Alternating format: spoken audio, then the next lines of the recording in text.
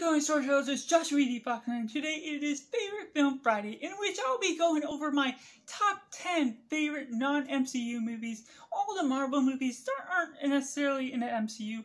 Let me know down in the comments below which are your favorite Marvel movies as we go over the Marvel Month of Madness content this coming month with the release of Thor: Love and Thunder.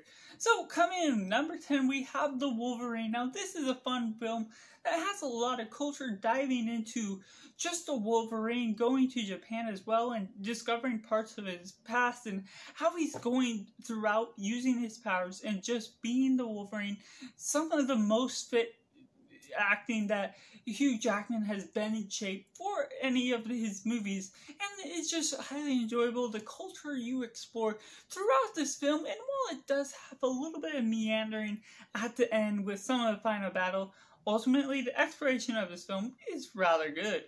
And coming in number 9, we have the first Deadpool. This is a film that just really gets down to the Deadpool character, doing it justice that the X-Men Origins didn't quite do so well, and it has all this crude humor that doesn't always quite land with me every time, but overall lives up to the Deadpool name in being the most brutal and action-packed film you can really get out of this character. And coming in number 8, we have X-Men First Class, a film that highly enjoyable in just the way they're exploring the younger versions of these X-Men, giving justice with James McAvoy and just Michael Fassbender, and the way they're portraying these younger versions of the Professor X and Magneto presents such a great thing where they're teaching the future X-Men and the way they're exploring these two characters and their feud together, but also creating some backstory behind how they became who they are in the future X-Men. It creates such a great environment that's such a great thriller as well, with action all throughout.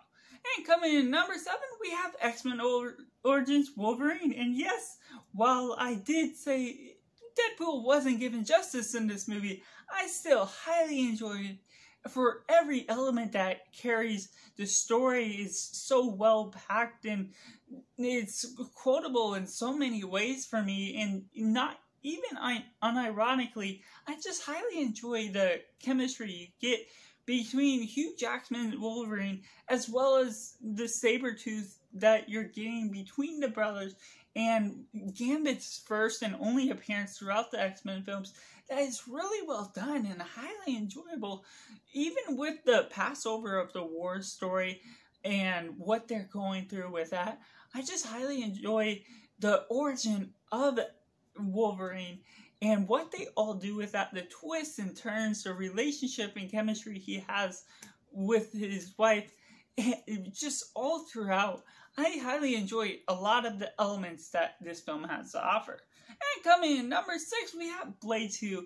Now, while the first Blade introduced this blood-sucking hero, anti-hero, this one just carries on a lot more action, a lot more punch and blood-sucking action that I did not expect to get with the narrative, with the twist, with all the fun entertainment involved with this character that ultimately made me begin to care for this character that much more and fight off all these villains that just gave a really solid action film all throughout.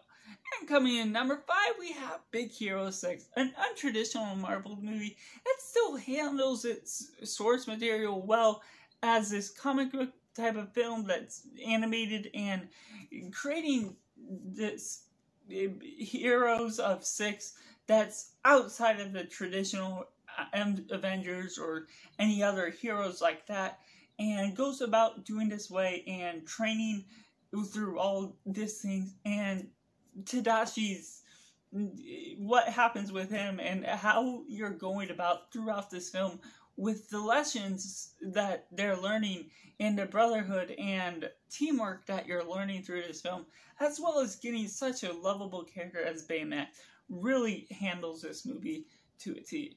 And coming in number 4, we have The Amazing Spider-Man. Yes, I highly enjoyable what this film has to offer. Just such well-written chemistry between Emma Stone and Andrew Garfield, just their performances, well, they can be a little iffy at times. The story throughout is just really compelling with what they do with the Green Lizard and how they're integrating the storyline of Gwen Stacy's father, what they do with the origin and how well it's written, and the library sequence that can bring a bit of a laugh. Yeah, just all throughout, it's just so well handled. The visuals are so well executed, making it one of my favorite Marvel films. And coming in at number 3, we have the original Spider-Man, Sam Raimi's great direction, great origin to the traditional version of what we'd expect to see Tobey Maguire, while being a bit old looking for what they're portraying in this. It's just really well crafted, and how he portrays his character, the death of Uncle Ben, and the involvement of all of these lessons that he learns. With great power comes great responsibility. The quotes, and J. Jonah Jameson with J.K. Simmons acting as him, and just all the actors, and well, there's a little nitpicking moments here and there. Overall, this is a crazy film with William Dafoe acting as the maniacal Green Goblin that is just one of the best villains of the Spider-Man franchise. And coming in number 2, we have The Amazing Spider-Man 2. Yes, another hot take. I just highly enjoy this film for executing just like The Amazing Spider-Man, building the chemistry off of Gwen Stacy and Andrew Garfield's Spider-Man before, portraying this in such a strong manner, getting Electro and just delivering on so many fronts, so much great storytelling involved with writing, and just the way they're portraying all this. There's hardly a fault to be seen within the whole film. Highly enjoyable throughout the action, and such great cinematography that really delivers on so many fronts.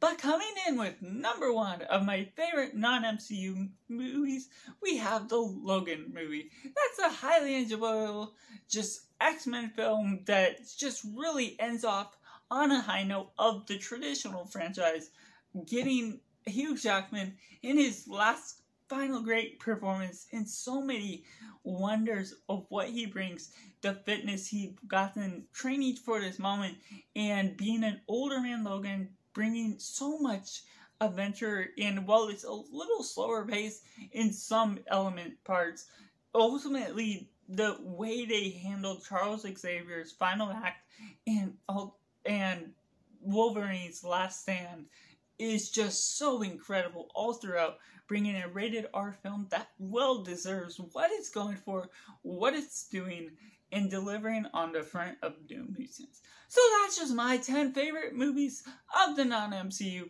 films. Let me know down in the comments below what you thought of my list and what your own list is, so we can have a nice friendly discussion down in the comments below, and I'd love to see your takes, whether they're hot or not. Thank you for watching. Bye for now.